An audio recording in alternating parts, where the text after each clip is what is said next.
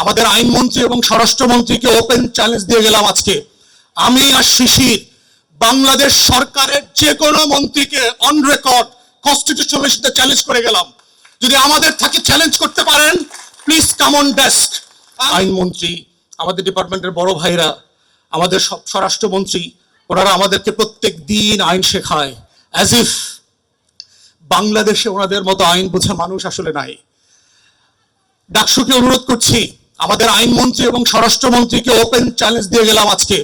আমি আর শিশির বাংলাদেশ সরকারের যে কোনো মন্ত্রীকে অন রেকর্ড কনস্টিটিউশনাল ইস্যুতে চ্যালেঞ্জ করে গেলাম। যদি আমাদের থাকে চ্যালেঞ্জ করতে পারেন, প্লিজ কাম অন ডেস্ক। আমি আর শিশির বাংলাদেশ সরকারকে চ্যালেঞ্জ করে গেলাম on constitution. Please come to talk about the constitution and history.